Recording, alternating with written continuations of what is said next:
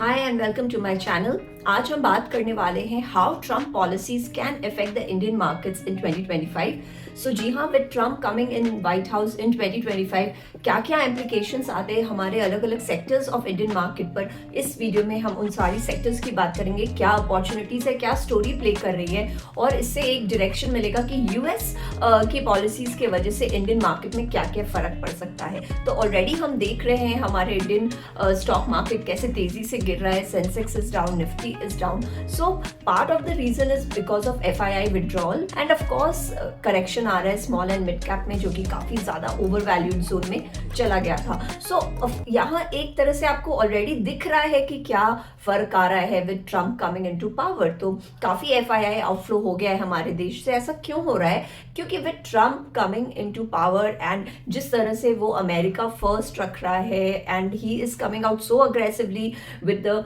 B it their trade policies या फिर आप टैरिफ रेगुलेशंस बोल लो, जियोपॉलिटिकल रिलेशंस बोल लो, इस वजह से US dollar is getting more and more strong against the other currencies, जिसकी वजह से इन्वेस्टर्स जो वेस्टर्न इन्वेस्टर्स है उनका जो यूएस स्टोरी है वो काफी स्ट्रॉन्ग हो गया है। That is why they are pulling out money from other markets, specially India. तो आइए देखते हैं कि ऐसे कौन से सेक्टर्स हैं जो प्रेसिडेंट ट्रम्प के आने से बेहतर कर सकते हैं। तो सबसे पहले हमारा आईटी एंड सॉफ्टवेयर सर्विसेज। तो ऑफ कोर्स इंडिया के कुछ कंपनीज जैसे टीसीएस, इन्फोसिस वगैरह इस तरह की जो कंपनीज है ऑलरेडी एक काफी बड़ा आउटसोर्सिंग हब हो गए हैं for IT services for the US companies. And जिस तरह से ट्रम्प का फोकस है ऑन रेस्ट्रिक्टिंग H1B वीजा, ये कंपनीज है हमारे Indian IT firms of the likes of TCS, Infosys, Wipro, इस तरह के कंपनीज और एंसिलरी जो इनके और कंपनीज हैं इस सेक्टर में वो फायदा कर सकते हैं। H1B वीजा से हम क्या समझते हैं? यानी H1B वीजा प्रोग्राम एक इस तरह का प्रोग्राम है जो यूएस कंपनीज को अलाउ करते हैं टू हायर फॉरेन वर्कर्स, यानी यूएस के अलावा दूसरे देश के जो वर्कर्स हैं उनको वो हायर कर सकते हैं, specially in the IT sector. तो इस वजह से आप देखिए काफी सारे इंडियंस यूएस में सेटल भी हैं, they have good jobs in the IT sector. लेकिन अगर ट्रम्प इस पर रेस्ट्रिक्शन लगा देगा on further hiring and all, तो फिर ज्यादा से ज्यादा वर्क ये जो बाहर की कंपनीज है वो इंडिया को आउटसोर्स कर सकती हैं। क्यों इंडिया ही क्यों? क्योंकि India is a power house of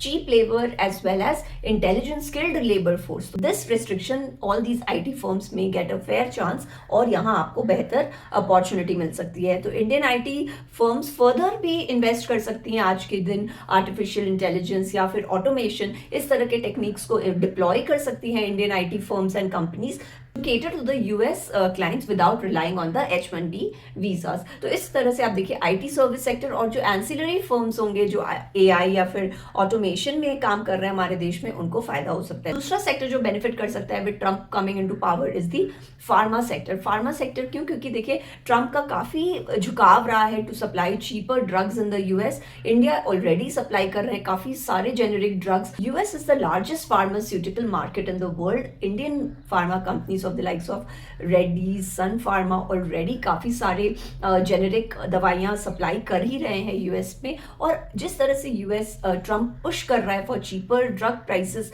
तो इन तरह के फर्म्स और एंसिलरी जो फर्म्स होंगे उनको काफी फायदा हो सकता है। तो Indian pharma companies could benefit from increased exports of APIs, जो हमारे एक्टिव फार्मास्यूटिकल इंग्रेडिएंट्स होते हैं, and finished dosages to the US. तो आईटी, फार्मा, इस तरह के सेक्टर्स को फायदा हो सकता है। तीसरा जो है वो है हमारा manufacturing and export oriented sectors. जिस तरह से यूएस ने चाइना पे अटैक किया है, जिस तरह से वो टैरिफ्स लगा रहे हैं on the Chinese good import, उस हिसाब से बाहर की जो कंपनीज है they will have to look for some other manufacturing base away from China, and this makes India a very lucrative attractive opportunity. क्योंकि इंडिया में आप देखें यहाँ चीप लेबर भी है और इंफ्रास्ट्रक्चर भी काफी बेहतर हो रहा है। तो इस वजह से India comes as a nice viable option to China. तो trade restrictions on Chinese good, जो हमारे इंडिया है वहाँ मैन्युफैक्चरिंग ज़्यादा बेहतर होनी चाहिए। इस तरह के फर्म्स जो textile, auto, ancillary products, electronics,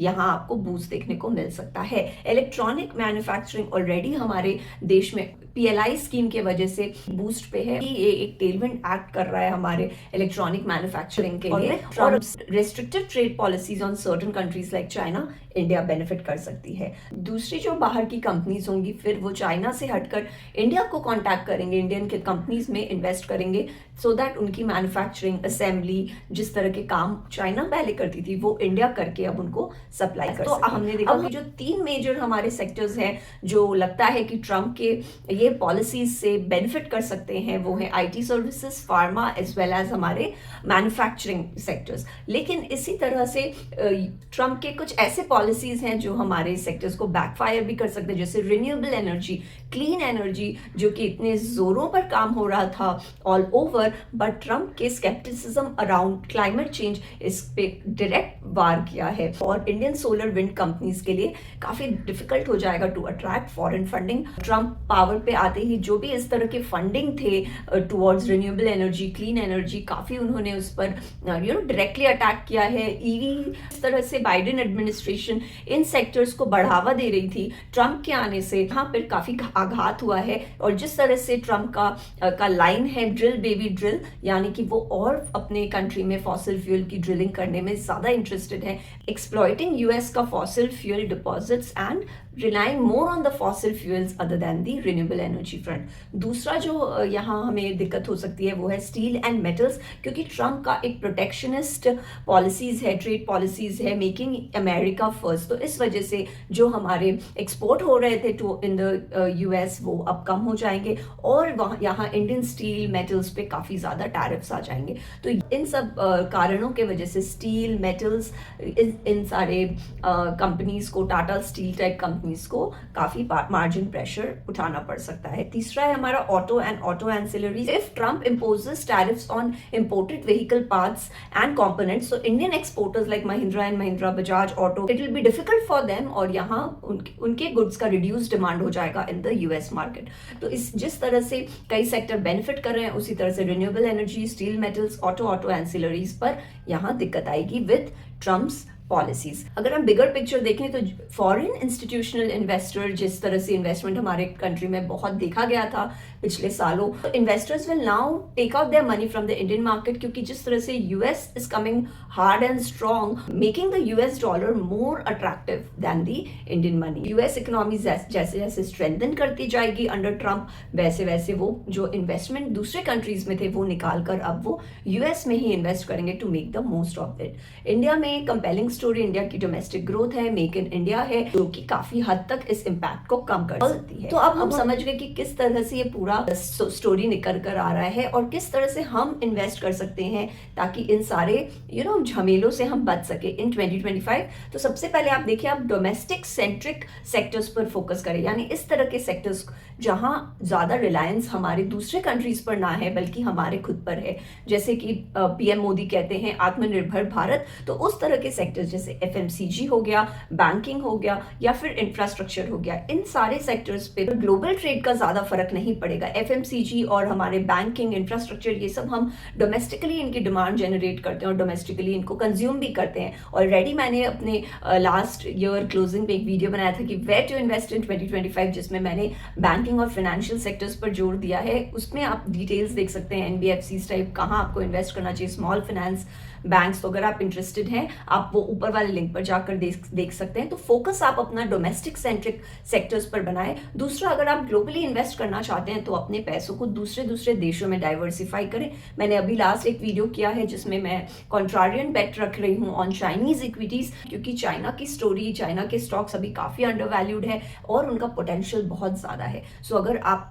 उस तरह के इन्वेस्टमेंट देखना चाहें तो आप ये वीडियो ऊपर जाकर देख सकते हैं। तीसरा, स्टे अजाइल, जो हो रहा है देश में, बाहर क्या हो रहा है, किस तरह से डॉलर रूपी मूवमेंट हो रहा है, keep a track of all these things, specially if you are invested in global funds. So ये बहुत इंपॉर्टेंट है कि stay on your toes and stay alert कि व्हाट इज हैपनिंग एवरीवेयर। तो to sum up, with Trump's policy एक mixed bag create करती है, जहां एक तरफ काफी सेक्टर्स बेनिफिट भी कर सकते हैं पर दूसरी तरफ दूसरे सेक्टर्स डिक्लाइन भी कर सकते हैं। IT, pharma, manufacturing are the most doubted sectors, जो ट्रम्प के प्रोटेक्शनिस्ट पॉलिसीज या फिर ट्रम्प के अमेरिका फर्स्ट पॉलिसी से भी अच्छा कर सकते हैं हमारे देश में। Not only these particular companies, उनके एंसिलरी उसी तरह से रिन्यूएबल एनर्जी, मेटल्स, इस तरह के sectors are expected to perform badly with Trump coming into power. So if you like this video, please hit the like button and also subscribe to my channel if not yet done.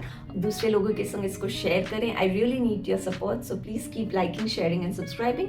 Subscribe करने के लिए आप नीचे green group को click कर सकते हैं. Related videos के लिए आप ऊपर वाले लिंक पर जा सकते हैं. मैं आशा करती हूँ आपका दिन शुभ हो, आपसे जल्द मुलाकात हो. तब तक के लिए थैंक यू.